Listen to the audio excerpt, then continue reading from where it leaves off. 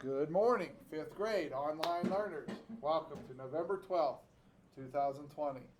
And we are getting ready for a quiz. It's a typical Thursday here in Monzo land science class. I know why there's people missing. We have band today, right? Okay, so we have several students out right now, and they will slowly drift in throughout this class in case you see some traffic coming in and out. But yesterday was Veterans Day, and we took a little time to watch a video. Maybe some of you guys watched it at home. Hopefully you honored your veterans. In that video, I did thank my sister for 26 years in the Air Force. And then this morning on Facebook, she thanked me for thanking her and for sending her letters many years when she was overseas. Long time ago, guys, we didn't have the luxury of emails and cell phones and all this other stuff when she first went in the military, so I would actually write her letters on paper, and she has all of them. And she used to sit at the post office with her friend, and when she got the mail, they would sit on the floor in the post office and read the letters. So if you ever have a chance, there's a museum in Pittsburgh called Soldiers and Sailors Hall. It's at the University of Pittsburgh. And they do have some letters on display there. None of my letters, but letters that people used to write to soldiers when they were overseas. And I'm fairly certain it's free to tour that museum. You might want to call first, but it's really neat. They have a lot of things on display there. All right, as far as science, we do have our last journal entry today, and then tomorrow's the quiz, and then there's a short video to watch. Also, we have the MOSA Mac enrichment. If you have not had a chance to do that, just scroll down through Google Classroom and find where it says MOSA Mac enrichment. There's a video to watch related to what we're learning. There's activities to do. And there's much more to explore with MOSA Mac. We didn't put it out there yet, but we're considering buying this program, and if we do, there'll be lots to do. So how many people have had a chance to look at that already? Raise your hands. Okay, that's not too many of you. Maybe some of the people at the band have done it. So maybe we can explore that a little bit today after we do our journal entry. Today we have 2 study guides to do. And if you are in school, you will get this study guide. If you are at home, you do not get this one, but that's okay. This is just a complimentary one. Really the best study guide you could have, not just because I made it, but this really gets you through the quiz. This is on Google Classroom. And this could help you do this, but don't worry about it if you don't have this one. Pay most attention to your book and to this one that's on lesson plans and study guides. Here's the terminology on that study guide. Core, the innermost layer of Earth's layers which extends to the center of the Earth. Crust, the uppermost layer and thinnest layer of Earth. We live on the crust. Lithosphere, the solid upper mantle and crust combine to form a rigid shell. Mantle, the layer just below the Earth's crust. Plate tectonics, the idea of giant plates of rock moving slowly across Earth's surface. Continental drift. This is on the quiz, guys. I remember, because I made the quiz, but I remember this specifically. Alfred Wegener's idea that continents are slowly moving across the Earth's surface. And at one point, they all fit together like a big puzzle pieces.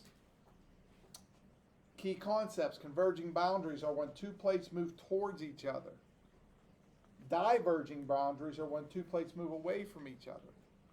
Those are probably newer words to you, so if you're not familiar with them, when I made the test questions, I tried very hard not to put those 2 choices together because they're a little bit confusing. So you'll get a question either on converging or diverging, but if the answer is A, B, C, and D, you should be able to tell. Put those words in a sentence. If it's not making sense, don't use them. Sometimes I'll use a word from the question in the answer. Like converging boundaries are converging boundaries. That's not the correct answer, guys. That doesn't even make sense. My daughter used to say, that makes none sense. She doesn't say that anymore. She did when she was little. Now, sliding boundaries, that's also on the quiz. Sliding boundaries are when 2 plates slide past each other in opposite directions. So I did include that word in the answer. I said that sliding boundaries slide. So when you come across a question and it's saying something about sliding boundaries, look for the word slide. If I say sliding boundaries come together, they don't. If I say sliding boundaries come apart, they don't. They slide. The temperatures of the earth increases the farther you travel underground. So as you're going through the crust, and as you're getting, well, we've never been through the crust. It's 24 miles deep, and we've only ever drilled 9 miles. You don't want to break through the crust. You're going to hit magma and burn up, okay? But as we get closer to that next layer, it's going to get hotter. And if we could get through that layer somehow and keep going to the center, it's going to get very, very, very hot. There used to be an old thing, oh, we can dig a tunnel to China. You're never going to make it because you're going to burn up at some point. I think there was a little thing about a kid digging a hole in the beach. Where are you digging? To China. He's not going to make it. Okay? First of all, he has to find a way to get 24 miles deep, and then he's going to encounter a lot of magma, which is very hot. Did you have a question, Ava? Okay. Don't be that kid. Last but not least, the crust is the Earth's thinnest layer. It's the thinnest layer, but it's still 24 miles thick. Now, at the ocean, the bottom of the ocean, it's about 4 miles thick. But we're never going to get enough drilling equipment to the bottom of the deepest part of the ocean. And now we can go 9 miles, so we're going to break through the crust, but how are we going to operate it at the bottom of the ocean? You can't. There's too much pressure. There's just no way to, it's very hard to survive in that environment anyway.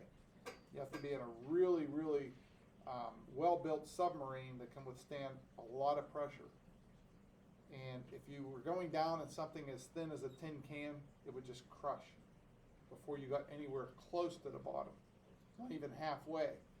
So even a normal submarine would just crush. You can't get as far as we know. Now, the United States Navy, they don't really tell you how deep their submarines can go, but I doubt that any submarine of significance, any big one, could go that deep. I'm not sure. The ones I've seen go to the bottom of the ocean floor are so thick and metal and so small, and they can get down there, but that doesn't mean, usually there's 1 or 2 people on board, not a whole crew of submariners. So the Earth's crust is thin, even at the bottom of the ocean, but you're not going to drill through it. And why would you want to? I mean, you drill through the crust and you hit magma. That's not a good thing to do. But just gives you an appreciation of how thick the Earth is when the crust is 24 miles thick and it's the thinnest layer. Okay, this is all based on pages C38 to C45 if you have your books at home. 3 journal entries this week, a quiz. Is there anything else I'm forgetting, guys? Oh, Mosamac. Please go in there, just try it out, because if we do buy this program, guys, it's pretty neat. And it'll help reinforce. It's not graded. There's a quiz in there, but it's not graded. Help reinforce what we're learning in class. Okay, guys, online learners, good luck studying at home. We hope to see you soon, and talk to you later. Bye.